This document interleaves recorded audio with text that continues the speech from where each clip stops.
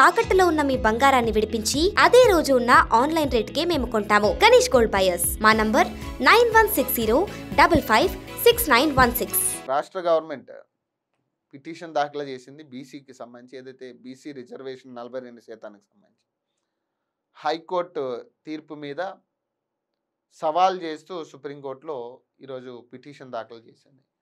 So దీనికి సంబంధించి సోమవారం అర్ధరాత్రి దాఖలు బీసీ రిజర్వేషన్పై హైకోర్టు తీర్పును సవాల్ చేస్తూ వేసిన రాష్ట్ర సర్కారు ఈ వారంలోనే విచారణకు వచ్చే ఛాన్స్.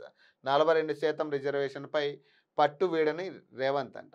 1కి 2 సార్లు అంశాల పరిశీలన ఢిల్లీలో ఉండి పర్యవేక్షించిన మహేష్ గౌడ్. బీసీ రిజర్వేషన్ల పెంపుపై హైకోర్టు ఇచ్చిన స్టేను సవాల్ చేస్తూ రాష్ట్ర ప్రభుత్వం సుప్రీంకోర్టులో పిటిషన్ దాఖలు చేసింది. బీసీలకు 42% రిజర్వేషన్లతోనే స్థానిక సంస్థ ఎన్నికలకు వెళ్లాలని సీఎం రేవంత్ రెడ్డి భావిస్తున్నందుకు ప్రతి అంశాన్ని క్షుణ్ణంగా పరిశీలించారు. బీసీ రిజర్వేషన్ను పెంచుతూ ప్రభుత్వం ఇచ్చిన జీవో 9ను నిలిపివేస్తూ హైకోర్టు జారీ చేసిన ఉత్తర్వులపై 4-5 రోజులుగా ప్రత్యేకంగా దృష్టి సారించిన సీనియర్ న్యాయవాదులు అభిషేక్ మను సింగ్తో పాటు రవి వర్మలతో వరుస భేటీలంట. ఏమవుతుందో చూడాలి. ఇక మరి సుప్రీంకోర్టులో చేతిలోనే ఉంది ఇక బాలిక బీసీల 42% రిజర్వేషన్కి సంబంధించి.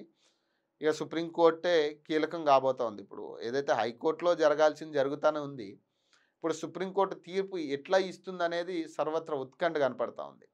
అండ్ బీసీలందరూ కూడా చాలామంది హైకోర్టు తీర్పు మీద కూడా కొంత వ్యతిరేకత వ్యక్తం చేస్తూ ఉన్నారు. కానీ ఖచ్చితంగా 6 వారాల గడువులో ఖచ్చితంగా ఎలాంటి అంశాలు బయటకు వస్తాయి. ఎందుకంటే రెడ్డి జాగృతి నుంచి కేసు వేసిన వాళ్ళు కూడా ఖచ్చితంగా వాళ్ళ వివరణ వాళ్ళు ఇవ్వాల్సి ఉంటుంది. ఇటు రాష్ట్ర ప్రభుత్వం కూడా జీవో నెంబర్ 9 తీసుకురావడానికి దాని హక్కుల గురించి కానీ వాళ్ళు ఇవ్వాల్సిన వివరాలు వాళ్ళు ఇవ్వాల్సిందే.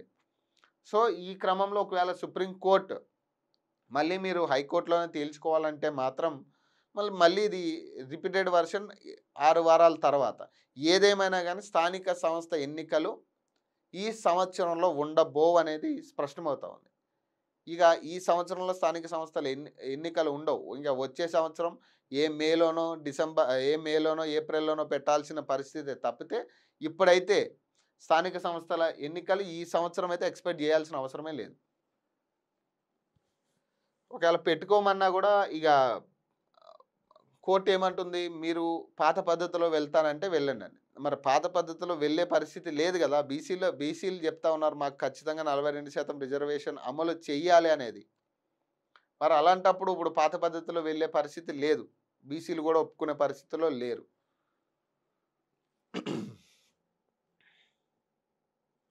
సంక్షేమ హాస్టల్పై ప్రత్యేక శ్రద్ధ పెట్టండి. విద్యార్థులకు అందే సేవలకు యాప్లు. వసతి గృహాల నిర్వహణకు 60 కోట్లు. విద్యార్థులు ఉద్యోగులకు బయోమెట్రిక్. ఉన్నతాధికారులతో సమీక్షలు సీఎం రేవంత్ రెడ్డి అంట.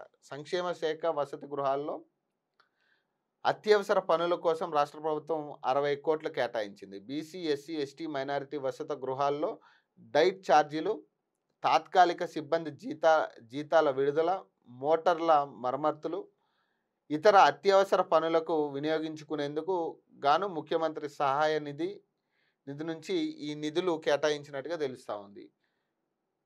ఇన్ని రోజులు పట్టింది. ఇక వసతి గృహాల వరకు వచ్చేసరికి ఇన్ని రోజులు పట్టింది. అది కూడా తాత్కాలికంగా మరమ్మతుల మీద తప్పితే ప్రధానంగా ఇది పర్మనెంట్ సొల్యూషన్ అయితే కాదు.